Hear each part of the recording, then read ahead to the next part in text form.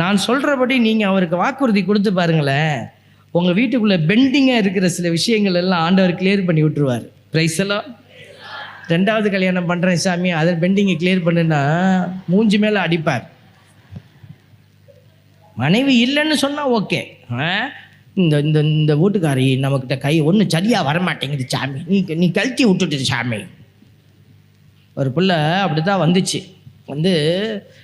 2 பிள்ளை கையில் இருக்குது. என் புருஷனுக்கு எனக்கு சண்டை சாமி, அடிக்கிறா சாமி, பாவம் தான், அடி வாங்கியிருக்கு. அதனால் எல்லாம் நீங்கள் முடிச்சு விட்ருங்க சாமி. முடிச்சு விட்றா? நான் என்னமோ முறிக்கிறதுக்கு ரெடியாக கத்திங்க கப்படாமல் வச்சுட்டு உட்காந்துருக்கிற மாதிரி, முடிச்சு விட்ருங்க சாமி.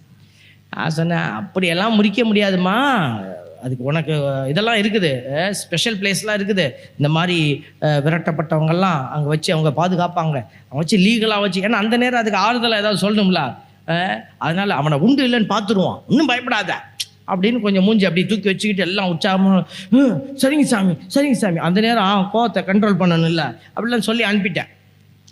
அடுத்து ஒரு 10-15 நாள் கழிச்சு, சாமி என்ன சாமி செய்யலாம், இல்லைம்மா செய்யலாம் போயிட்டோம்.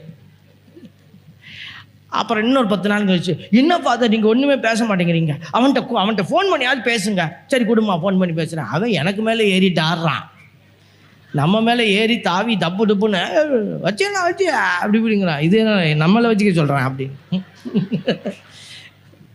நம்மளால் ஊருக்கு ப்ரோக்ராம் வைக்கவே நமக்கு கஷ்டமாக இருக்குது, இதுகளை வச்சு எங்கே மேய்க்கிறது நம்ம? சரின்ட்டு இந்த மாதிரி இனிமேலாம் அப்படி பேசக்கூடாதுன்னு அவன்கிட்ட பேசிட்டு, போறேம்மா பேசியிருக்கேன், அவன் சரியாக வரமாட்டேங்கிறான், இன்னொரு நாள் நம்ம பார்ப்போம்.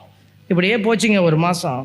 அப்புறம் அந்த பிள்ளைக்கு ஒரு நாள் கோவம் வந்துருச்சு. பையன் என்ன சாமி நீங்கள் என்னமோ அப்படி இப்படி பண்ணுவீங்க, ஒன்றுமே பண்ணாமல் இருக்கிறீங்க, நீங்கள் வெட்டி விட்றீங்களா இல்லையா? அப்படியெல்லாம் சடக்குன்னு செய்ய முடியாமல், எல்லாம் குடும்பம்மா பார்த்துதாம்மா. என்ன பார்த்து சொல்ல? சரி நான் பார்த்துக்கிறேன் போங்க, இனிமேல் நீங்கள் ஒன்றும் கவலைப்பட வேண்டாம் அப்படின்ட்டு, இந்த மாதிரி இப்படிலாம் பேசக்கூடாதுன்னு என்னை மேலே சண்டை போட்டுட்டு போயிடுச்சு. ஒரு 3 மாதமாக அந்த பிள்ளையை காணோம். மனசுக்குள்ளே ஓடிக்கிட்டே இருக்கும், இப்படி வந்துச்சு இப்படி ஆகிப்போச்சு, இதுக்கு என்ன உதவி செய்யறது தெரியல அப்படின்னு யோசிச்சுட்டே இருந்த பாருங்க. ஒரு 3-4 மாதம் கழித்து அவங்க அம்மாவை பார்த்தேன். என்னம்மா பொண்ணு நல்லா இருக்கா அப்படின்னு. இருக்கா அவளுக்கு என்னம்மா நல்லா இருக்கா இல்லையாம்மா? 3 மாதமாக இருக்கா.